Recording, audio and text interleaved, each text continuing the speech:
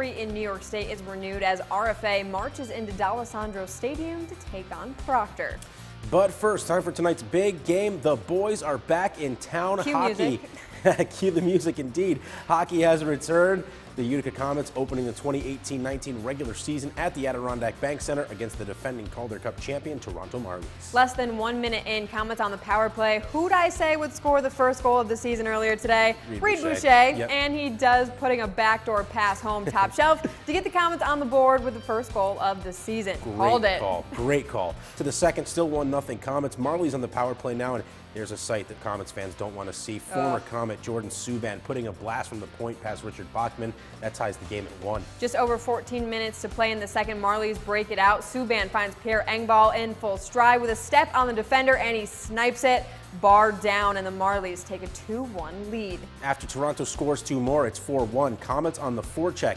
Zach McEwen, after a strong rookie season last year, starts this one strong, showing the patience, outweighting the goalie here and then snapping it inside the far post. That makes it 4-2. The Comets would pull within 1, but then the Marlies just ran away with it. The Comets dropped the home opener by a 7-3 count. Hello, everyone, and welcome to Sports Express.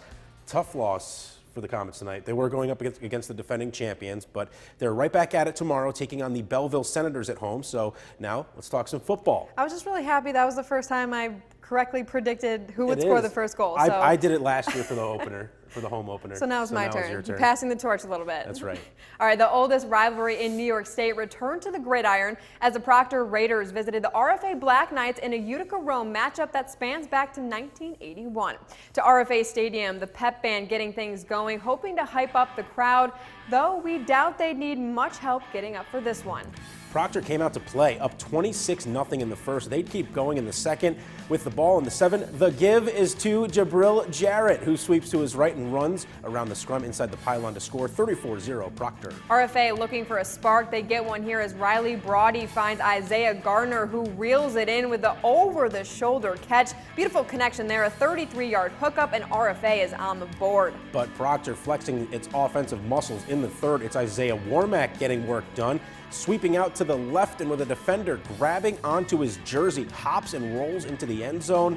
The Raiders up 42-6. The dominance would continue for Proctor. Pitch back to Tashawn Cooper, and he runs to the outside. He's going to motor his way on home. It was a huge night for the Raiders as they take this chapter in the rivalry handily. It's Proctor 64, RFA 12. Over to Oneida High School, the Indians hosted the Cazenovia Lakers with a lot on the line. Both squads entered this contest undefeated. First quarter action, 4th and 5 on the Lakers 26. Lucas Albro connects with a wide open Vinny Leibel over the middle for 6. 2-point conversion is no good, but the home team leads 6-0 early. Down at the other end, Kaz on the 2-yard line. Drew Johnson calls his own number, boom, and punches it in. The Lakers would outlast the Indians and hand Oneida their first loss of the season. 28-12 is your final. To Don Edick Field at New Hartford High School, it was a Class B showdown between the home Spartans and the visiting Central Valley Academy Thunder. First quarter, Lucas Hartman back to receive the punt. It slips through his hands. Nathan Santiago grabs it for the Spartans, but no points would result from the turnover. Hartman would redeem himself, though, recovering a New Hartford fumble on the next possession.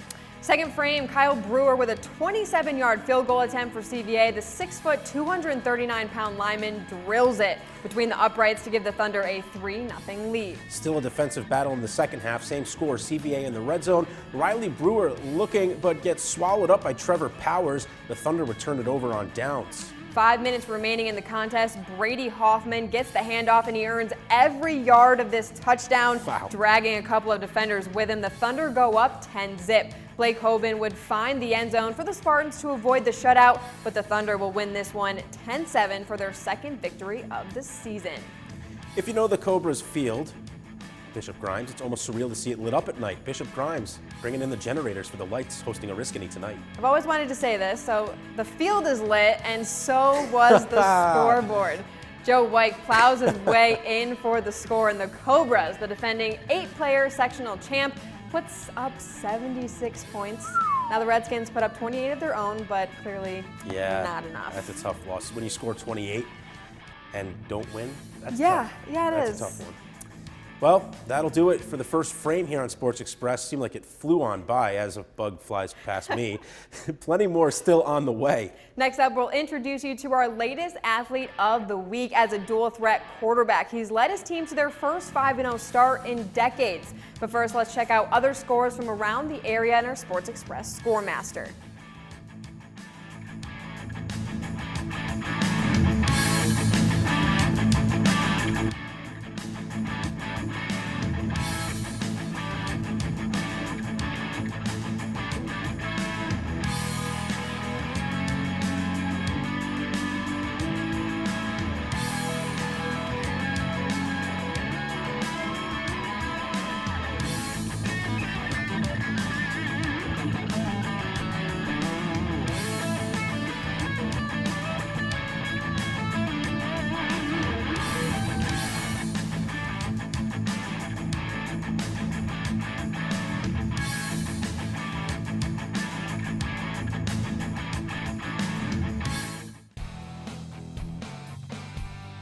Athlete of the Week, brought to you by Scalzo, Zogby and Wittig, and Raymore and Flanagan.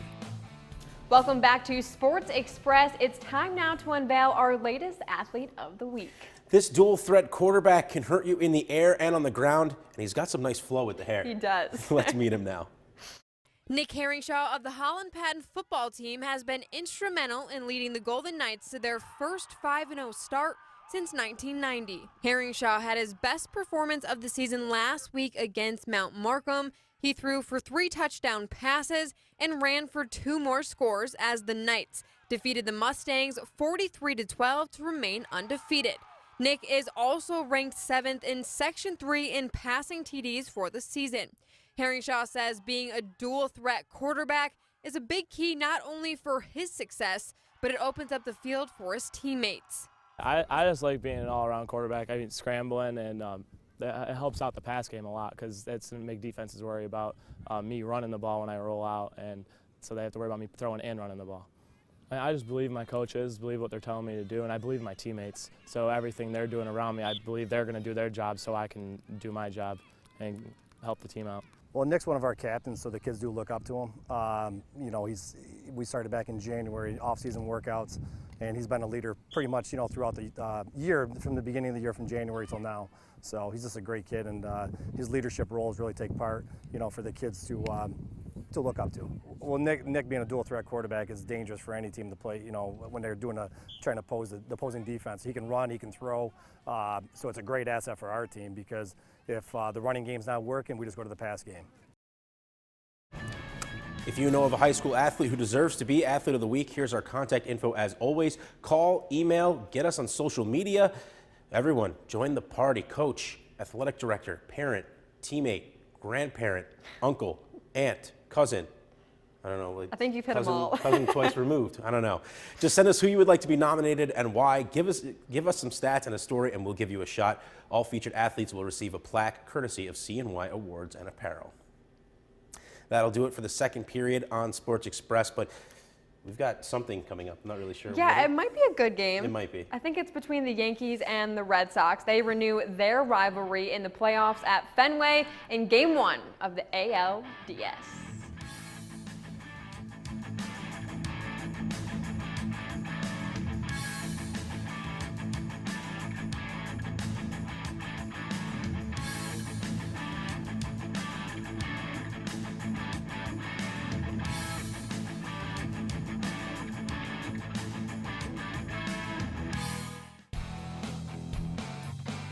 Express, brought to you by Scalzo, Zogby and Wittig, and Raymore and Flanagan.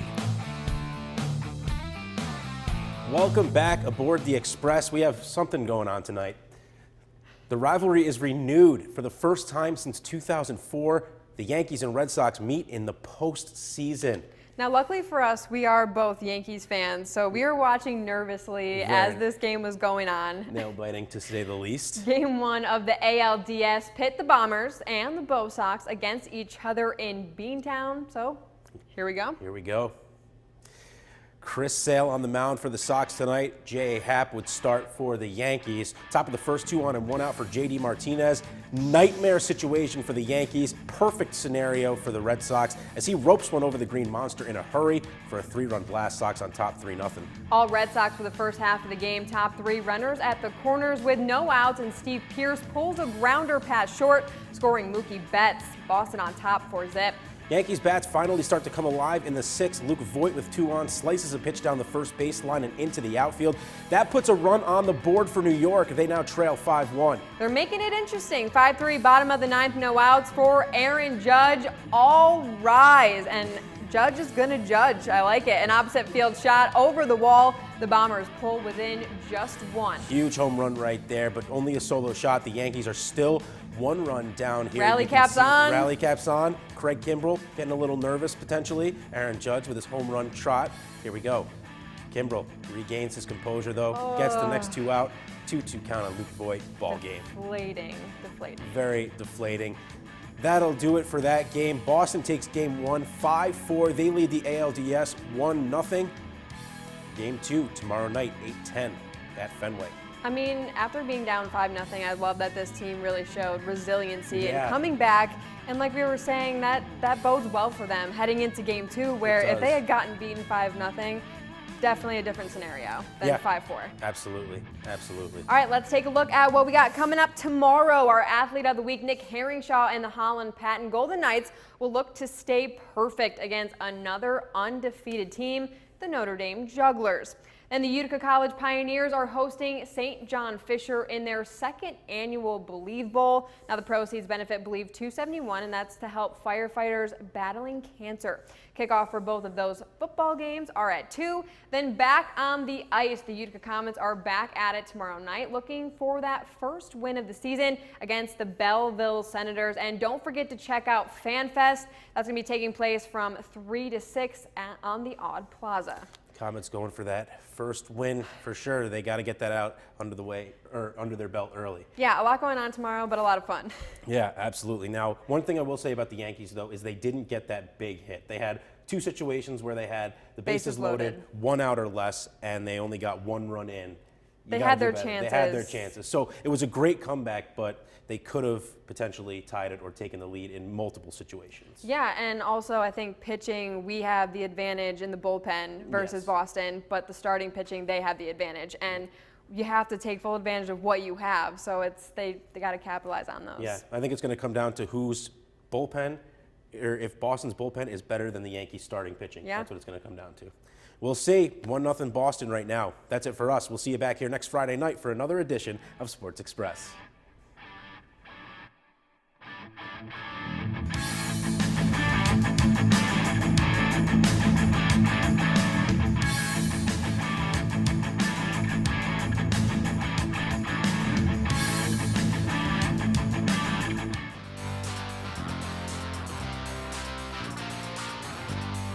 This has been Sports Express, brought to you by Scalzo, Zogby, and Wittig, and Raymond.